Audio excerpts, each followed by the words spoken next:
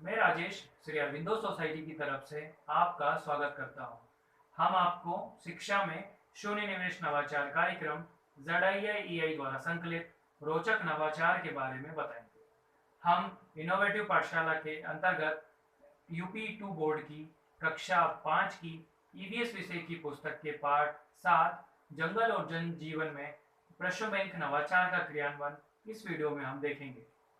सबसे पहले मैं प्रस्तुत पाठ जंगल और जनजीवन के सारांश आपको बताना चाहता हूँ।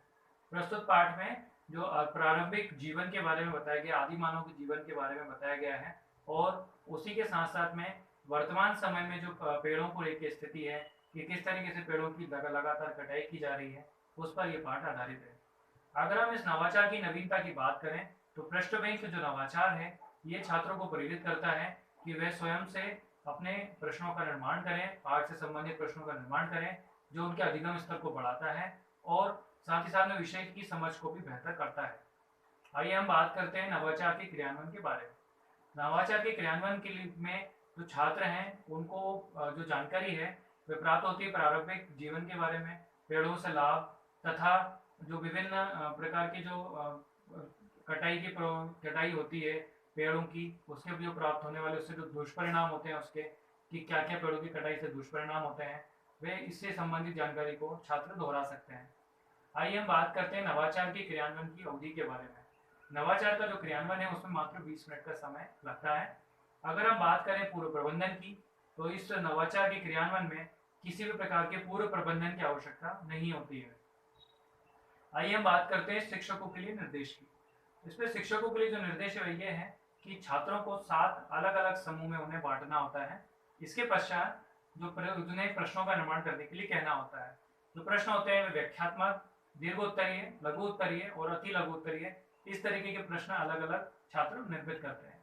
इसके पश्चात फिर जो शिक्षक हैं वह प्रत्येक समूह में से एक एक जो उनका प्रतिनिधि है या लीडर या नेता चुनते हैं और उनसे कहते हैं कि वे ऐसे प्रश्नों को देखें जिनसे कि जो दोहराव ना हुआ हो, जिनका जो एक ही तरीके के प्रश्न ना हो।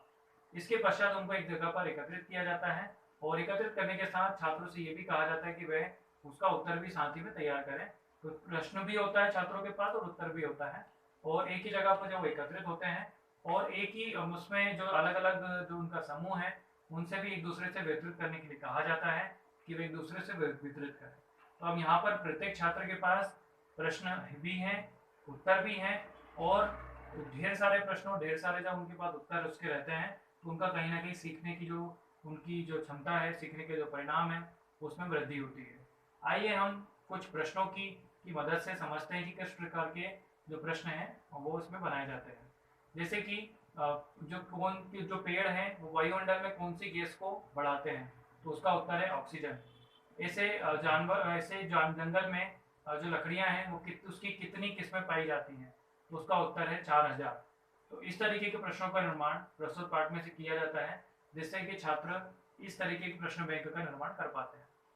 आइए हम बात करते हैं इस नवाचार के क्रियान्वयन से प्राप्त होने वाले प्रतिफल के बारे में। तो जो छात्र हैं प्रस्तुत पाठ जंगल और जनजीवन में से प्रारंभिक जीवन के बारे में समझ पाते हैं। आदि मानव का समय कैसा था जिसमें वो जंगल में ही रहता था, किस तरीके से उसने सबसे पहले अपने जो पत्थर से उसने हथियार बनाए, खेती करना सीखा, फिर उसको जो फसल होती थी उसको फसल को किस तरीके से काटा जा सकता है, उसको किस तरीके से उपयोग में लाया जा सकता है, ये सब उसने सीखा। तो इंसानों ने जो सीखते गए आदि मानव से लेकर आज तक, तो वो छात्र इससे सीख पाते हैं और भाषा की बारीकी को समझ पाते हैं। इसी के साथ साथ वे अपनी मौखिक भाषा भी इसी में से करते हैं और जो अपरिचित शब्द उन्हें मिलते हैं वे उन्हें शब्दकोश से ढूंढते हैं। तो इस प्रकार के नवाचार के क्रियान्वयन से प्राप्त ये प्रतिफल प्राप्त होते हैं।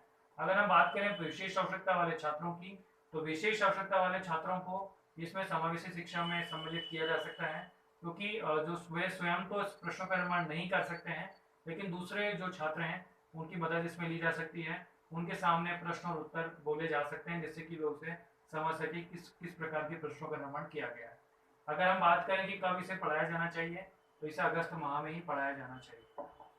हम आशा करते हैं कि नवाचार अपने विद्यालय में आप अवश्य क्रियान्वित करेंगे। इस तरीके की कई और दिलचस्प नवाचार हम आप तक लाते रहेंगे। आपसे अनुरोध है आप हमारा YouTube चैनल जरूर सब्सक्राइब करें। यदि इस वीडियो को आप फेसबुक पर देख रहे हैं तो हमारा पेज ZII जरूर लाइक करें। इस वीडियो में डिस्क्रिप्शन में एक लिंक दिया गया है जिस पर क्लिक कर आप इनोवेटिव पाठशाला ऐप डाउनलोड कर सकते हैं। इस वीडियो को देखने और लाइक करने के लिए आपका बहुत बहुत धन्यवाद।